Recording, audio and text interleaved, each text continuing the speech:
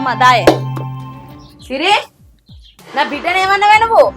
నేనేమన్నత్తమ్మా ఆమెనే వచ్చుడే కయ్యానికి దిగింది. ఎద్దు రంకలేసుకుంటా కయ్యానికి అత్తే ఏం చేయాలో మా పాలెని చూసి నేర్చుకున్నా. నేను గదే చేసిన. అంటే నా బిడ్డ ముక్కుకు మోదాడేసి కూర్చుండే పెట్టినావానే?